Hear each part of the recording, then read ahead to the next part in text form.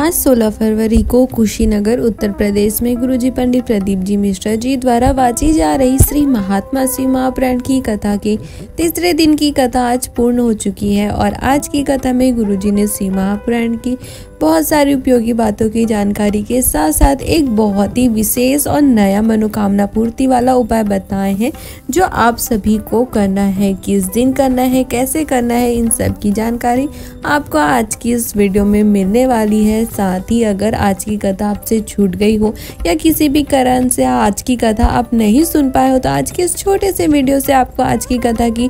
3 घंटे की कथा की संपूर्ण जानकारी मिल जाएगी। साथ ही आज के तीसरे दिन की कथा को रसवादन करने का उसका फल भी आपको प्राप्त हो जाएगा। तो चलिए वीडियो को शुरू करते हैं और जानते हैं कि आज की कथा में गुरुजी ने शिव महापुराण की कौन कौन सी विशेष बातों की जानकारी दिए हैं। तो तीसरे दिन की कथा को शुरू करते हुए गुरुजी ने कहा कि शरीर में व्याधियां, कष्ट और रोग तभी बढ़ते हैं जब हमारे द्वारा खाया गया भोजन पचता नहीं है। उसी प्रकार हमारे मन में कोई बात रह जाती है, हमारे मन में कोई बात नहीं पचती है, तो वो भी रोग उत्पन्न कर देती है। शिव महापुराण की कथा वर्णन करती है कि आपको भोजन उतना ही करना चाहिए जितना आप पचा सकते हैं, और उसी तरह आप स्वस्थ रहना चाहते हैं तो आपको दुनिया के लोगों की बातें उतनी ही सुननी चाहिए जितना आपका मन पचा सके, जितना आप अपने मन के अंदर रख सको। कथा में आगे गुरुजी ने कहा कि शिव महापुराण की कथा वर्णन करती है कि अगर आपने शिव जी पर एक लोटा जल नहीं चढ़ाया है, शिव जी पर एक बेलपत्र भी नहीं चढ़ाए हैं, शिव जी पर एक पुष्प भी आप नहीं चढ़ाए हो, पर अगर आप सच्चे मन से हृदय से मेरे शिव जी का नाम जाप करते हो या मंत्र जाप करते हो, तो उतने मात्र से ही यह निश्चित है कि आपको मेरे शिव जी की कृपा प्राप्त हो जाती है। कथा में आगे गुरुजी ने कहा कि शिव महापुराण की कथा वर्णन करती है कि महादेव का एक नाम महामृत्युंजय है। जिसने मृत्यु पर भी विजय प्राप्त की हो वही महामृत्युंजय होता है। कथा में आगे गुरुजी ने कहा कि रामपद गमन जो अयोध्या से लेकर लंका तक तट तक जो बन रहा है, रामपद गमन जितने राज्यों से होकर गए हैं, गुरुजी ने कहा कि हम उन राज्यों के सभी मुख्यमंत्री और प्रधानमंत्री जी का आभार व्यक्त करना चाहते हैं। गुरुजी ने कहा कि सारे रामपद गमन के रास्ते को आप देखोगे तो आप देख पाएंगे कि जितने राम जी के मंदिर नहीं है, उससे ज्यादा आपको शिव जी के मंदिर देखने को मिलेंगे। और ये सारे शिव जी के मंदिर वही है जो राम जी लंका पहुंचने तक पार्थिव शिवलिंग का निर्माण किए थे और पूजन किए थे। अब वही शिवलिंग पार्थिव शिवलिंग के स्थान पर मंदिरों का निर्माण हो गया है।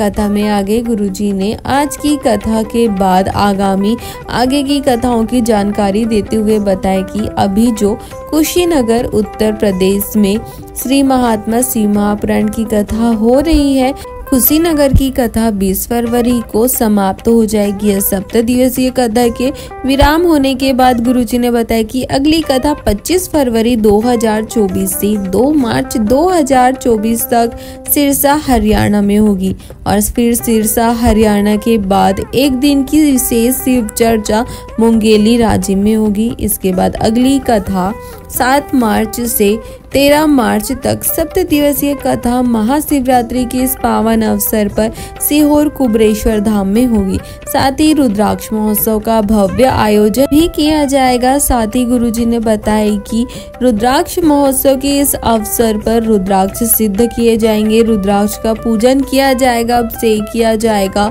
सारे रुद्राक्ष सिद्ध किए जाएंगे, पर रुद्राक्ष का वितरण नहीं होगा। गुरुजी ने कहा कि जो 7 मार्च से 13 मार्च तक होने वाली 7 दिवसीय कथा है, शिव महापुराण की कथा है, उसे रसवादन करने के लिए जो भी सीहोर कुबरेश्वर धाम रुद्राक्ष महोत्सव के इस विशेष अवसर पर आएगा, उसे रुद्राक्ष नहीं मिलेगा। अब अगला जो रुद्राक्ष वितरण शुरू होगा वो 15 मई से होगा, यानी कि 15 मई के बाद आप जाकर सीहोर कुबरेश्वर धाम जाकर फ्री में रुद्राक्ष प्राप्त कर सकते हैं, जो अभी महाशिवरात्रि में रुद्राक्ष सिद्ध किए जाएंगे। तो ये थी गुरुजी की आगामी कथाओं की जानकारी। कथा के अंत में गुरुजी ने शिव महापुराण की एक बहुत ही विशेष और नए